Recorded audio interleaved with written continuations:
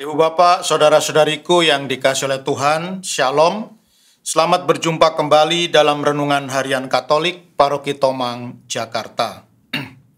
Hari ini hari Selasa, tanggal 2 April tahun 2024. Tema renungan kita hari ini adalah Iman tumbuh dari relasi. Ibu Bapak, saudara-saudariku yang dikasihi oleh Tuhan, kalau saya membaca berita baik di medsos, juga di surat kabar, juga mendengarkan berita-berita di siaran-siaran berita di televisi, saya sungguh merasa prihatin karena akhir-akhir ini sering sekali terjadi fenomena bunuh diri. Banyak sekali orang ya di Indonesia ini, di dewasa ini yang begitu mudahnya untuk memutuskan untuk bunuh diri. Dan memang biasanya motivasi mereka untuk melakukan bunuh diri adalah karena stres dan depresi, tidak tahu jalan keluar atau solusi dari permasalahan yang mereka hadapi, lalu kemudian memutuskan untuk bunuh diri. Dan tragisnya, fenomena bunuh diri ini juga ternyata terjadi juga di kalangan umat Katolik. Ada banyak umat Katolik juga yang memutuskan untuk melakukan tindakan bunuh diri karena stres dan depresi. Dari kesaksian orang-orang terdekat mereka, ya dari keluarganya, dari tetangga, dari kerabat mereka, kita bisa mengetahui bahwa di hari-hari menjelang peristiwa bunuh diri itu, mereka yang melakukan bunuh diri ini tampak seperti orang yang sedang stres ya, dan mengalami depresi. Itu kesaksian dari orang-orang terdekat ya, dari keluarga, dari tetangga, dan dari sanak keluarga mereka. Dan para saksi ini juga mengatakan sesungguhnya mereka sudah berusaha untuk memberikan penghiburan iman kepada korban bunuh diri ini, tetapi nampaknya sia-sia, tidak didengarkan ya, dan semua penghiburan rohani yang diberikan oleh orang-orang terdekat itu sepertinya lewat begitu saja ya. Jadi sia-sia, tidak ada efeknya apa-apa, dan akhirnya ya mereka pun tetap kekeh memutuskan untuk bunuh diri. Sayang sekali. Juga ternyata setelah diperdalam dari kesaksian orang-orang terdekat mereka juga akhirnya mengatakan sesuatu yang menjadi benang merah dari umat Katolik yang melakukan bunuh diri ini. Ya, mereka mengatakan bahwa mereka yang bunuh diri ini jarang ke gereja ya. Jadi itu benang merahnya. Kalau dikumpulkan informasi itu dari saksi-saksi terdekat, dari anggota keluarga, mereka mengatakan benang merah yang sama. Jadi mereka yang bunuh diri ini biasanya malas ke gereja ya, jadi jarang pergi ke gereja untuk beribadah, untuk misa setiap hari Minggu, juga jarang menghadiri kegiatan-kegiatan rohani di lingkungan ya, bahkan sama sekali tidak kenal ya dengan ketua lingkungannya, dengan saudara-saudara seiman di lingkungan itu sama sekali tidak kenal. Juga keaktifan atau kehadiran di gereja untuk kegiatan rohani juga sangat minim ya. Dan inilah benang merah yang selalu terlihat dalam kesaksian itu.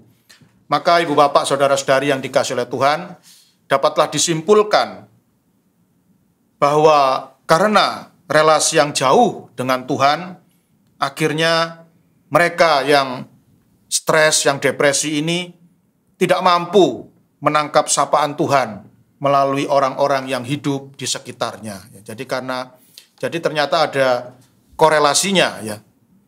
Orang-orang yang jauh dari Tuhan, ya, yang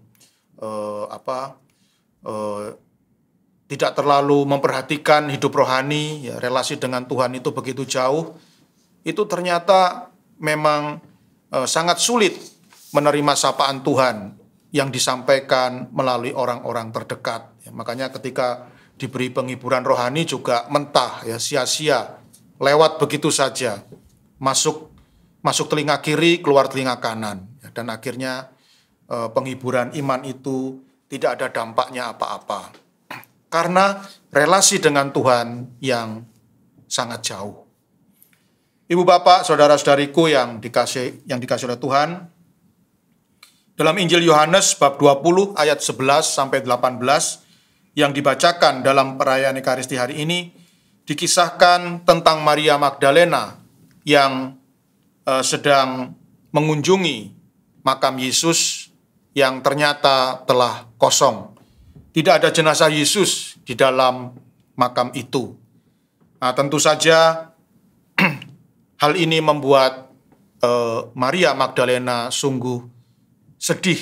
Ia mengalami kesedihan yang sangat mendalam. Pertama, ia sudah sedih karena kematian gurunya yang sangat ia kasihi. Yang kedua, ditambah lagi dengan hilangnya jenazah sang guru yang sudah tidak ada lagi di dalam makam.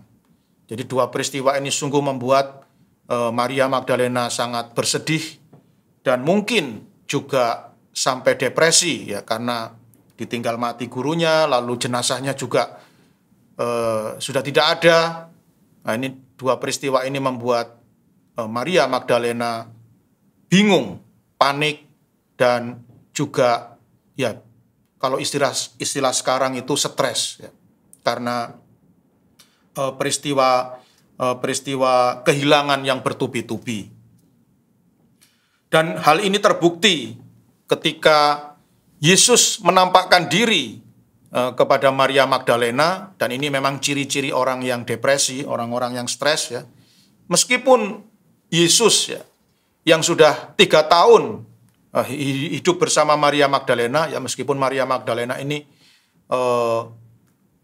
pernah hidup selama 3 tahun dengan Yesus Kristus, dan ketika itu Tuhan Yesus Kristus menampakkan diri, karena begitu dalam kesedihannya, Maria Magdalena tidak bisa mengenali, ya, tidak bisa mengenali guru yang ia cintai. Padahal saya yakin wajahnya tetap sama, ya, tetapi karena begitu dalamnya ini kesedihan dan kedukaan, Maria Magdalena sampai tidak mengenali, ya. Bahkan Maria Magdalena ini mengira Tuhan Yesus ini adalah penjaga taman, ya. Dan bahkan Maria Magdalena juga mengira bahwa Yesus ini, ya, adalah penjaga taman yang telah mencuri jenazah Yesus. Jadi semuanya kacau. Memang depresi dan stres itu membuat orang jadi kacau balau, ya. Bahkan orang yang pernah hidup dekat dengan dia pun sampai tidak dikenali lagi. Tetapi untunglah selama bersama dengan Yesus, Maria Magdalena ini membina relasi yang mendalam dengan Yesus. Ia punya relasi pribadi yang sangat mendalam dengan Tuhan Yesus.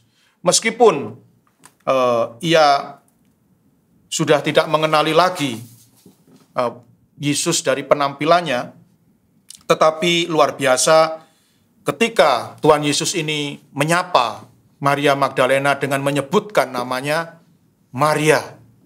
Maria Magdalena langsung connect. Maria Magdalena langsung sadar, langsung mengerti bahwa orang yang ada di depannya itu adalah Tuhan Yesus Kristus, yang tidak lain adalah guru yang sangat ia cintai.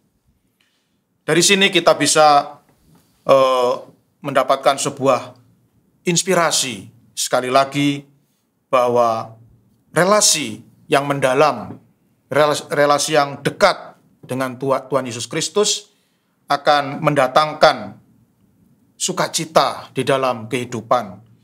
Relasi yang mendalam dengan Tuhan Yesus Kristus akan mendatangkan iman yang kuat, iman yang teguh, iman yang kokoh, yang tidak tergoyahkan.